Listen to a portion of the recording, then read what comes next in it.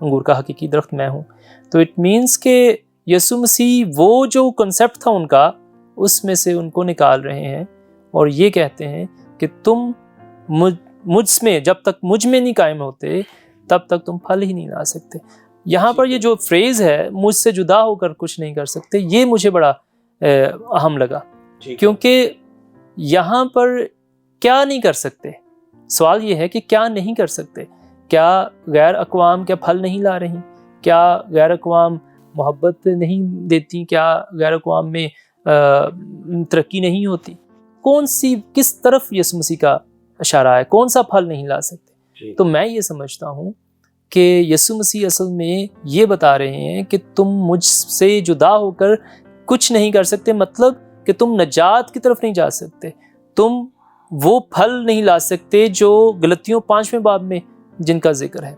اور یہ یقیناً یاد رکھیے کہ یسوع مسیح اپنے آپ کو راہ نجات کہہ چکے ہیں. یہاں پہ 14ویں باب میں وہ یہ کہتے ہیں کہ راہ نجات میں ہوں میرے وسیلے کے بغیر. ٹھیک ہے، تو وہ اپنے آپ کو سب کچھ یہاں پہ کہہ چکے ہیں آلریڈی، اور یہاں پر وہ شاگردوں کو یہ تعلیم دے رہے ہیں. اور اگر 15ویں باب کے شروع میں دیکھیں تو یسوع مسیح ان کو کہتے ہیں تم پاک ہو، جو میں نے کلام کر دیا تم اس سے کیا ہو گئے ہو؟ پاک ہو گئے ہو. اب ان کی پروننگ ہونے والی ہے. اب وہ کاٹنا نہیں ہے ان کو، بلکہ ان کی پروننگ ہونی ہے، ان کو چھانٹنا ہے. اور پروننگ کے لیے اور کاٹنے کے لیے اب یونانی میں 2 علیحدہ لفظ ہیں، ایک آئرو ہے اور ایک ایریو ہے. تو دونوں کے مطلب ڈفرینٹ ہیں. یہ ورب ہے، ٹھیک ہے، فعل ہے، اور آئرو کا مطلب ہے کاٹنا، پھینک دینا، اور ایریو کا مطلب ہے چھانٹنا. اب ایریو سے کیا ہوتا تھا کہ ایریو سے جو کھیت جو باغبان ہوتا ہے وہ جو بعض اوقات کوئی ڈالی اگر پھل نہیں لاتی تو گراؤنڈ کے اگر اوپر پڑی ہوئی ہے تو وہ گراؤنڈ سے تھوڑا سا اس کو اٹھا دیتا تھا، وہ اس کو اوپر تھوڑا سا رکھتا تھا تاکہ وہ پھل لانا شروع کر دے. اور اگر پھر بھی پھل نہیں لاتی تھی تو پھر اس کو کاٹ ڈالتے تھے.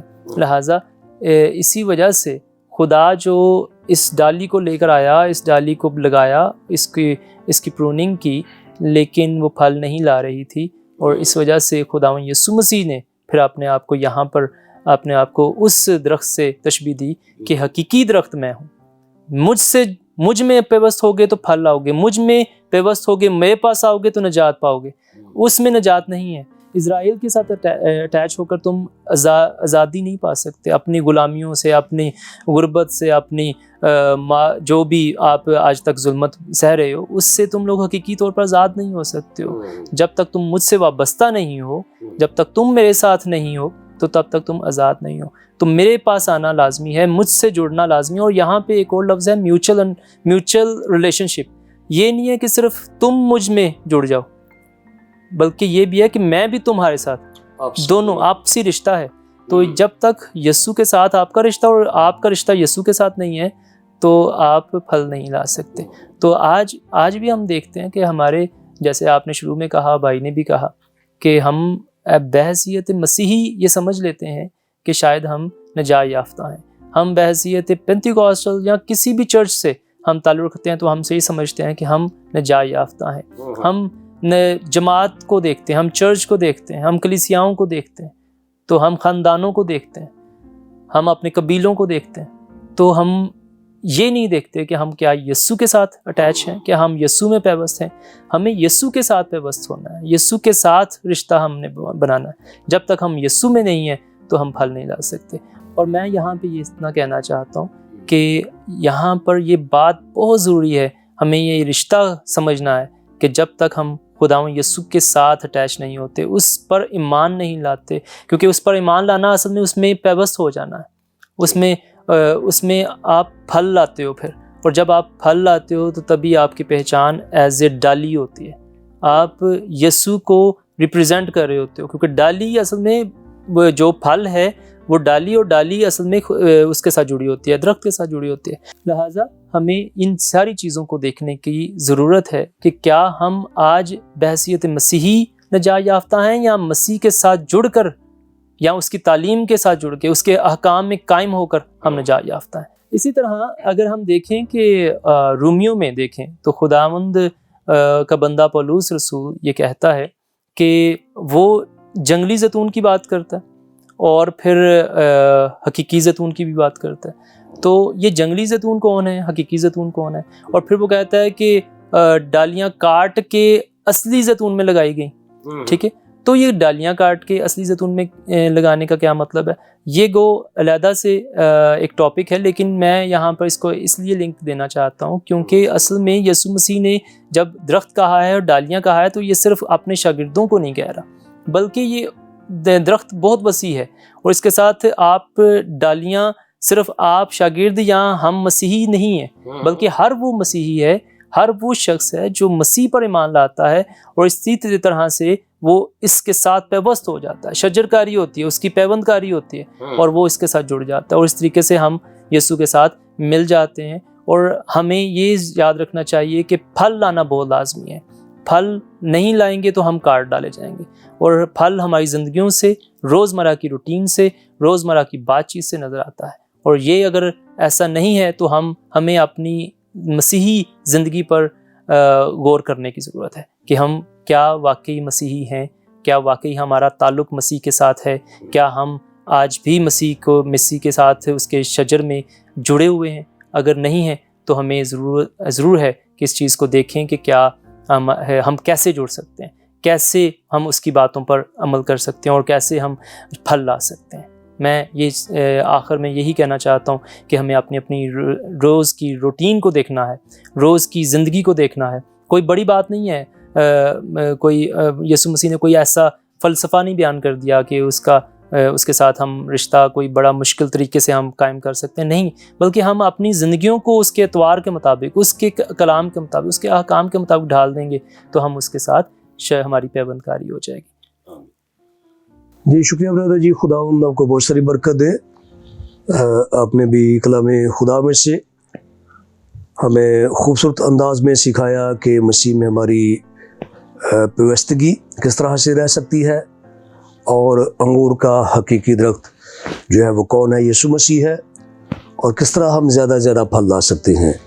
تو میری دعا ہے کہ خداوند تعالیٰ آپ کو اپنے جلال کے لیے کثرت سے استعمال کرے. تو ناظرین, ابھی ہم نے کلام خدا میں سے خدا کے خادمین کے وسیلے سے بڑی تفصیل کے ساتھ سیکھا اور یہ جانا کہ انگور کا حقیقی درخت یسوع مسیح ہے. اس کا پس منظر بھی خدا کے خادمین نے بیان کیا.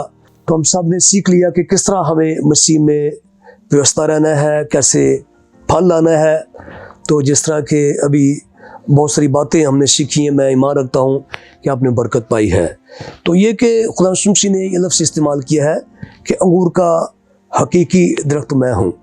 آپ یوحنا کی انجیل کے اندر یہ لفظ کئی دفعہ پڑھتے ہیں, حقیقی نور, حقیقی روٹی, حقیقی پانی, حقیقی زندگی, حقیقی خدا کا بیٹا. تو یہ بہت ساری باتیں ہم دیکھتے ہیں. تو حقیقت کیا ہوتی ہے؟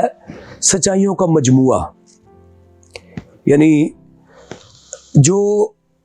جس میں کسی طرح سے بھی تغیر یا تبدیلی نہیں ہو سکتی, اسے حقیقت کہا جا سکتا ہے. اور یہ حق خدا کی طرف ہمیں اشارہ دیتا ہے. بہت سارے دنیا میں انگور کے درخت ہیں. تو یہاں پہ چونکہ ایک مثال ہی بیان کی گئی ہے, یہ نہیں کہ یسوع مسیح کوئی درخت ہے اور اس میں سے ٹہنیاں نکل رہی ہیں. اس کا کہنے کا مطلب یہ ہے کہ یہ ایک تشبیہ استعارہ استعمال کیا گیا ہے کہ بہت سارے درخت ہیں, مراد ہے بہت سارے انبیاء, رسول, پیغمبر, راست باز تو ہیں, لیکن یسوع مسیح حقیقی ہے. اور اگر شجر کے ساتھ بھی, درخت کے ساتھ بھی اس کا کمپیریزن کریں تو یہ دنیا کے درختوں کے اندر ختم ہو جائیں گے. تو اس سے مراد ہے کہ جتنی بھی مادی چیزیں ہیں دنیا کے اندر سب مٹ جائیں گی, ختم ہو جائیں گی. کلام مقدس میں لکھا ہے آسمان پوشاک کی مانند پرانے ہو جائیں گے, اور لکھا ہے کہ اے خدا تیرے برس لا انتہا ہیں. آسمان کے تلے اور زمین کے اوپر جو کچھ بھی ہے سب فانی ہے, اور صرف ایک ہی حقیقی ہے, وہ یسوع مسیح ہے جو اب تک جیتا رہے گا. اس لیے اس نے فرمایا کہ مجھ سے جدا ہو کر تم کچھ بھی نہیں کر سکتے. تو خدا کے خادم یہ بتایا کہ دنیا میں تو بہت کچھ لوگ کر رہے ہیں اور انہیں تو کبھی احساس بھی نہیں ہوتا کہ میں مسیح سے الگ ہوں تو میرا کیا نقصان ہے. اب دہریت کو دیکھ لیں کہ ان کا یہی پیغام ہے کہ بھی ہم مسیح کے ساتھ نہیں ہیں, ہمارا گزارا چل رہا ہے, آپ ہمیں کیوں سکھا رہے ہیں, ہم خدا کے ساتھ وابستہ نہیں ہے, ہمارا کیا نقصان ہے. ساری دنیا کو یہی لگتا ہے کہ ہم خدا کے ساتھ نہیں ہیں, مسیح کے ساتھ نہیں ہے, تو ہمارا نقصان ہی کیا ہے. اور گنہگار, ناراض, ناپاک اور مسیح کو چھوڑنے والے بے وفا یہ دیکھنا چاہتے کہ ہمارا کیا نقصان ہے. تو میں آپ کو چھوٹی سی ایگزامپل دینا چاہتا ہوں. جب ہوا نے پھل کھایا تو لکھا ہو تو نہیں ہے, لیکن دیکھیں ہم کچھ باتیں جو ہیں وہ خدا کے کلام کو درافت سے ڈھونڈ سکتے ہیں جنہیں ہم مصدقہ حقائق کہتے ہیں.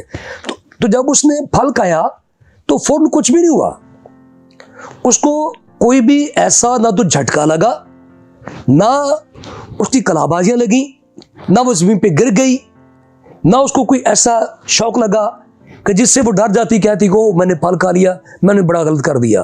بلکہ ہو سکتا ہے اس کے اپوزٹ سے یوں محسوس ہوا کہ جیسے میں پہلے سے زیادہ تر و تازہ ہو گئی ہوں. لیکن یہ بات جو تھی یہ وہ نہیں جانتی تھی کہ آئندہ نسلیں کس تباہ کاری کا شکار ہونے والی ہیں.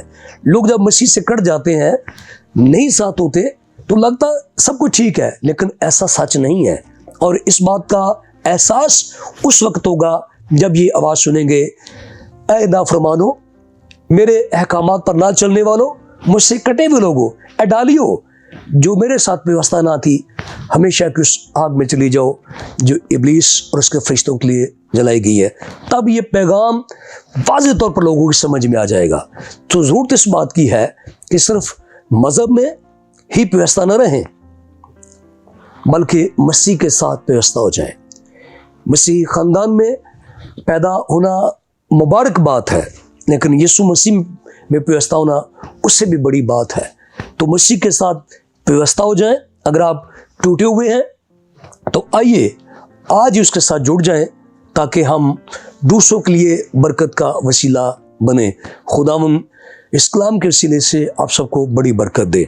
تو جڑے رہیے ہوشنا ٹی وی سے اور باخبر رہیے بائبل مقدس کے گہرے عمیق بھیدوں سے, تاکہ آپ روحانی اعتبار سے ترقی کریں اور خداوند کے نام کو جلال ملتا رہے. اب اجازت دیں اپنے ہوسٹ پاشو پتر صدیق کو. ملتے ہیں ایک نئے پروگرام کے ساتھ. خداوند آپ سب کو بہت زیادہ برکت دے. آمین.